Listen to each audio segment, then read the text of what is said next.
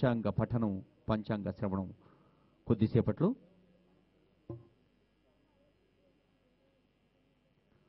తెలుగు ఉగాది వచ్చినది తీయని భావపు హేవళంబిగా, మనకిట మోసుకొచ్చినది మాధురి నింపెడు మంచి భావనల్, అనువుగా ఇచ్చిపుచ్చుకును అంకిత భావపు సామరస్యమున్, కనుడిదే రెండు రాష్ట్రముల కాకలుదీరిన పౌరులీయడన్.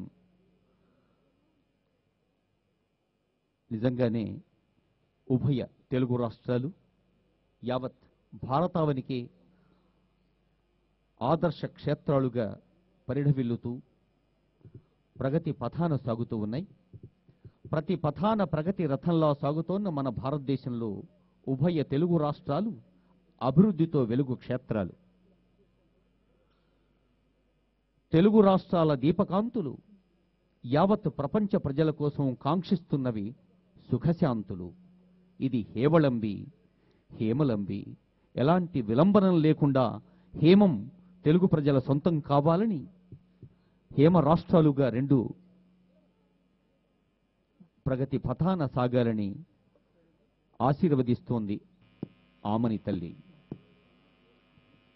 ఉగాది వేడుకల్లో ప్రధాన అంశం పంచాంగ శ్రవణం.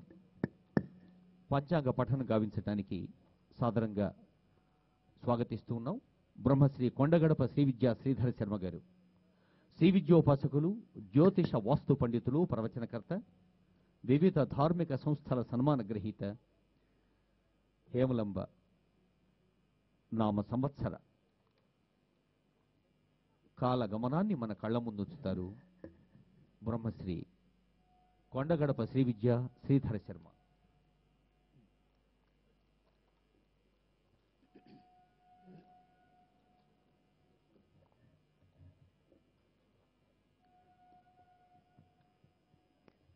శ్రీ గురుభ్యో నమః.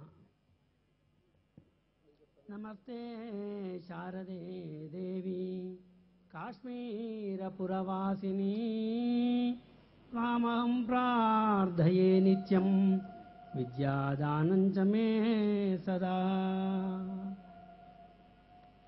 హాయి హాయిగా ఆమని సాగే అంటూ కీర్తనతో మొదలై మహాగణపతి ప్రార్థనతోని మొదలుపెట్టి చల్లటి సాయం సమయాన ఆహ్లాదకరమైనటువంటి వాతావరణంలో ఆసీనులైనటువంటి ప్రముఖులకు, ముఖ్యంగా గవర్నర్ దంపతులకు, వారికి ఉభయ రాష్ట్రాల ముఖ్యమంత్రి వర్యులు, మంత్రులు, ముఖ్యులు, పెద్దలు, మహిళలు, అందరు ప్రముఖులకు కూడా స్వస్తిశ్రీ హేవలంబ నామ సంవత్సర శుభాకాంక్షలతో కార్యక్రమాన్ని ప్రారంభిస్తున్నానండి.